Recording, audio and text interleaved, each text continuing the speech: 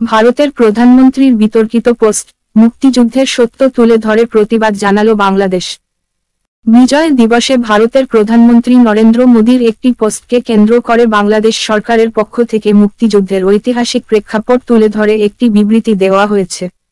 প্রধানমন্ত্রী নরেন্দ্র মোদী সোমবার, অর্থাৎ 16ই ডিসেম্বর, নিজের ভেরিফাইড সামাজিক মাধ্যমে এক পোস্টে উল্লেখ করেন, 1971 সালে ভারতের ঐতিহাসিক বিজয়ে সাহসী সেনাদের অবদান স্মরণ করেন তিনি।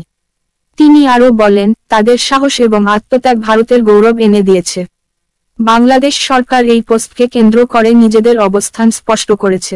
এক বিবৃতিতে বলা হয়েছে, 1971 সালের মুক্তিযুদ্ধ দীর্ঘ 9 মাসের রক্তক্ষয়ী সংগ্রামের মধ্য দিয়ে অর্জিত হয়। মুক্তিযুদ্ধের লাখো প্রাণের আত্মত্যাগ এবং বাংলাদেশের জনগণের সাহসিকতাই ছিল এই বিজয়ের মূল চালিকা শক্তি। এছাড়া, প্রাক্তন ভারতীয় কূটনীতিক জে.এন. দীক্ষিতের লেখা বই তারা চিহ্ন, liberation and beyond, Indo Bangladesh relations, তারা চিহ্ন, এর একটি উদাহরণ তুলে ধরে বাংলাদেশের পক্ষ থেকে বলা হয়, পাকিস্তানি সেনাদের আত্মসমর্পণের ঐতিহাসিক অনুষ্ঠানে বাংলাদেশের যৌথ কমান্ডার জেনারেল এম.এ.জি. ওসমানীর অনুপস্থিতি রাজনৈতিক অসন্তোষ তৈরি করেছিল।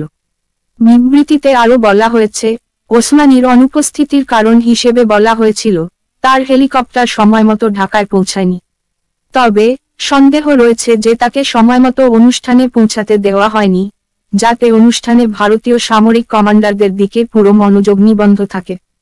বাংলাদেশ সরকার মনে করে, ওসমানীর উপস্থিতি নিশ্চিত করা হলে ভারত বাংলাদেশের মধ্যে রাজনৈতিক ভুল বোঝাবুঝি এড়ানো যেত।